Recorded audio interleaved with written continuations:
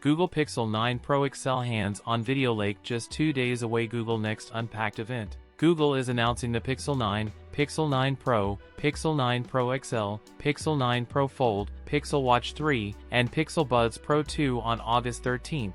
Pixel 9 Pro XL coming in 4 colors: obsidian, porcelain, rose, and hazel. Google Pixel 9 Pro and Pixel 9 Pro XL prices for the US leak. The Pixel 9 Pro will start at $999.99 with a T-Mobile plan. On the other hand, the Pixel 9 Pro XL will go for $1,199 with 256 gigabytes of storage, and we have a ton of newly leaked promo videos. Google has hinted that the Pixel 9 series will be heavily integrated with Gemini AI features. The Pixel 9 Pro XL has a 6.73-inch screen, 120Hz OLED display.